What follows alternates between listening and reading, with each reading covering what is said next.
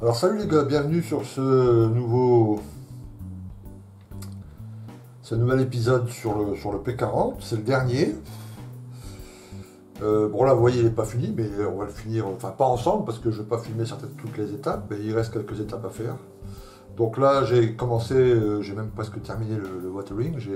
Voilà, vous voyez moi j'aime pas les avions trop attaqués, trop marqués. Donc là, bon je ne sais pas si on va bien voir avec la lumière, mais j'ai fait du watering un peu partout, alors avec un peu de pastel, avec un peu d'huile, quelques traces d'alu ici, sur le dessous également. Je viens de coller les trains, bon il y a encore la petite roue là à mettre, les volets. J'ai encore comme étape de peinture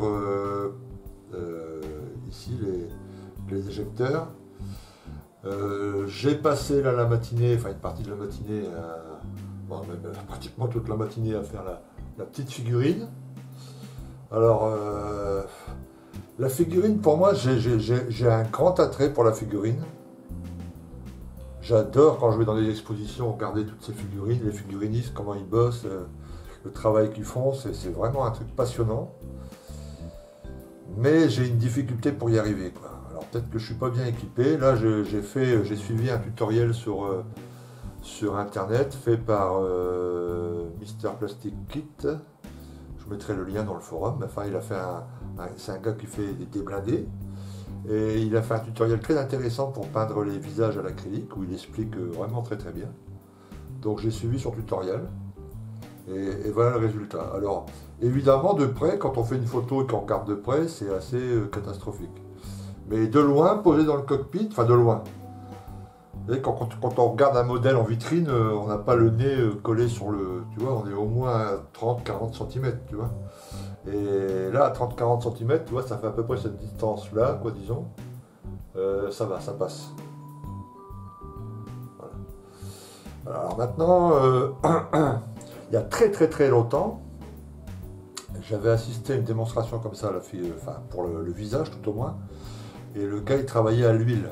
Et c'est vrai qu'à l'huile, les teintes, parce que bon, c'est la même teinte, mais plusieurs tonalités, si tu veux, sur le visage. À l'acrylique, ça sèche tout de suite, c'est vraiment pas évident à faire que les teintes soient fondues entre elles. Alors qu'à l'huile, comme ça met beaucoup plus de temps à sécher, c'est beaucoup plus facile et agréable de travailler le visage, je trouve. Donc je crois que je vais m'offrir le coffret Yab Telung, là, ceux qui font les huiles, là. Ils ont un coffret spécial cher, et je crois que je vais me commander une dizaine de têtes ou de figurines ornettes, là, pour m'entraîner. Parce que ça vaut vraiment le coup, ça ajoute vraiment un plus vraiment sympa, quoi. Voilà, j'aimerais bien un jour faire un modèle avec des mécanos, avec un peu plus de, oups, avec un peu plus de figurines, quoi. Oups, pardon. Voilà, ça fait vraiment pas mal, ça ajoute un petit plus, quoi. Mais il faut que ça soit bien fait, quoi. Donc je vais m'entraîner, je vais passer un peu de temps, consacrer un peu de temps à la figurine. Parce qu'il y avait même sur mon Spitfire, il y avait une figurine debout et puis ça m'a effrayé. J'ai fait l'avion, mais j'ai pas fait la figurine alors qu'elle est là. Je devrais voilà, m'améliorer un peu en figurine. Donc ça demande un peu de temps et je vais m'y mettre. Là, j'ai trouvé plein de tutos, j'ai trouvé plein de conseils sympas. Voilà, alors vous voyez dans les panneaux là, j'ai passé un coup de crayon de bois, quoi. Tu vois, j'ai taillé très très fin. Et puis j'ai passé dans chaque panneau, ça fait un petit reflet, je sais pas si on le voit en vidéo, mais un petit reflet, léger reflet métallique sur chaque bande là. Donc là, bon, j'ai tous les éjecteurs à ajouter et à peindre, je ne les ai pas encore peints. J'ai à l'aréographe des petites traces ici et puis ici pour bah, ici les éjections des mitrailleuses et ici des éjecteurs. J'ai deux, trois petites antennes ici à coller. J'ai ici une partie vitrée à coller, j'ai les volets ici à coller évidemment, encore les petites portes ici sur les puits de train, la petite roue là évidemment, mais elle est prête. Ouais, ça les petits bonhommes tant que c'est pas collé. Je vais la remettre. Voilà. Donc moi, vous voyez, j'en suis pas loin, quoi. Bon, je passe du temps parce que La patine, comme j'ai fait une partie à l'huile, vous voyez tous les bords là, les variations sur les verres, etc. C'est de l'huile, donc c'est long à sécher quoi. Voilà, moi je la séchais toujours au moins une bonne semaine. euh, parce que voilà, quand c'est pas très sec, ça prend facilement les traces de doigts, les empreintes quoi. Ça se voit vachement.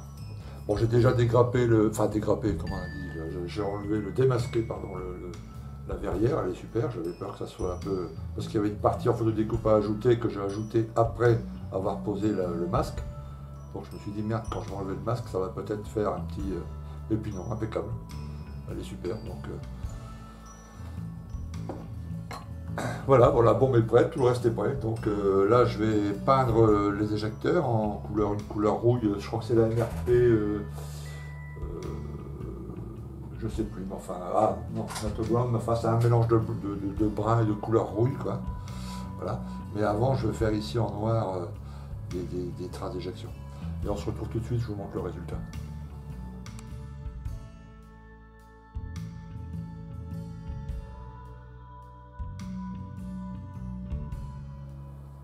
Alors, alors voilà ce que ça donne, les minutes.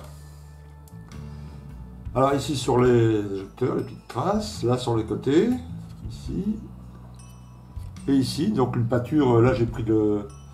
Attends, je vais décoller ça. Là j'ai pris de... J'essaie de ne pas toucher le dessus. C'est de l'acrylique. Hein.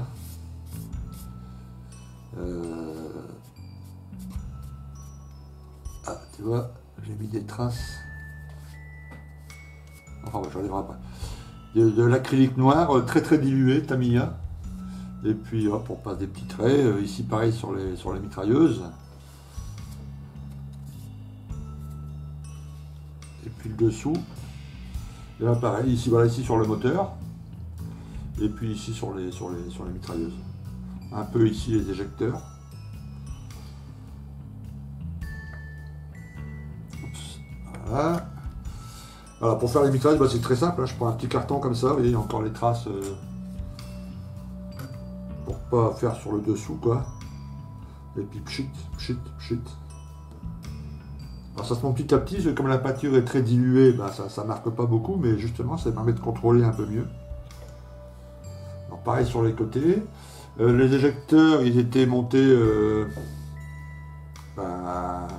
éjecteur par éjecteur. Ils sont numérotés en plus, ils vont pas au même endroit, donc j'ai dû les noter. Voilà, donc ça sur cette couleur-là, quoi, un peu rouille. Je vais encore les assombrir un peu après avec un peu de patine. Et puis dans chaque trou là, je vais mettre une pointe de noir brillant pour simuler un peu l'huile, tu vois. Et puis j'ai un wash moteur engine, là, tout ça, tu vois, de chez AK. Je vais passer un coup dessus aussi, les coller un par un là, sur le côté. Voilà, et puis les petites antennes sont peintes et tout. Donc là, je vais attendre que tout ça soit bien sec. Et puis on va commencer à coller toutes les petites pièces, quoi. Donc on se revoit très bientôt, tout de suite. Alors voilà les gars, après quelques heures de plus de travail, voilà le modèle terminé. Hop, j'en profite, j'avais pas vu, petite trace, voilà. Voilà, donc bah, j'ai démasqué hein, tout ça, j'ai passé un coup de vernis mat avant. Et ce vernis mat, vraiment à chaque fois c'est un plaisir parce que ça unifie un peu toutes les couleurs, le travail qu'on a fait se révèle comme ça, c'est vraiment sympa. Donc bah voilà, le démasquage s'est bien passé. Le collage des pièces impeccable, voilà. Les volets ça ajoute vraiment un petit plus, alors j'évite de le toucher mais voilà, derrière, hop, la verrière qui a bougé. Alors ça c'est le stand du Spitfire, vous le reconnaissez. La petite pièce, le petit viseur en photo découpe, là ça ajoute un petit peu. Voilà, bah, vraiment j'ai passé, bon ça fait 3 mois là que je suis dessus, 2 mois et demi, pas mal d'heures de travail. Je suis content du résultat. Là, il y a il y a une erreur, mais je l'ai vu trop tard. Enfin j'ai lu ça sur un des forums anglais là où je vais là. enfin aux États-Unis, les mecs ont fait des photos. En fait, la partie ici, là, derrière la vitre, en fait, elle est de la couleur du fuselage. Donc j'aurais dû le faire en vert, quoi. Enfin, en vert foncé, pas en vert intérieur. Mais bon, il est trop tard maintenant, je l'avais collé déjà, donc voilà. Donc voilà, bah, l'amélioration sur le pilote aussi. Ça, je vais y travailler, comme je vous ai expliqué. Voilà, pour le reste, bah, la patine à l'huile, ça rend plutôt bien. Les petites éraillures que j'ai fait, bon, j'aurais préféré que la technique que j'avais prévue au départ fonctionne et puis que les éraillures à la laque fonctionnent, mais là. Donc voilà, à côté du Spitfire, vous voyez, ils ont à peu près la même envergure. Donc ça fait deux beaux bestiaux à mettre dans la vitrine. Hein. Je vais en faire 7 en tout, donc vous voyez, ça va prendre carrément enfin, plus des 3/4 de ma grande vitrine. Hein. Ok, eh ben écoutez, on va se retrouver pour la Red Bull maintenant, hein, la RB6. Le temps que je range un peu l'atelier, tout ça, que je range un peu toutes les pièces, les peintures, que je fais un peu de propre. Et puis je ressors la boîte de la Tamiya RB6 et puis on se reverra bientôt sur une de ces vidéos. Alors je vous dis à très très bientôt et puis passez une bonne soirée, une bonne fin de journée. A plus, ciao.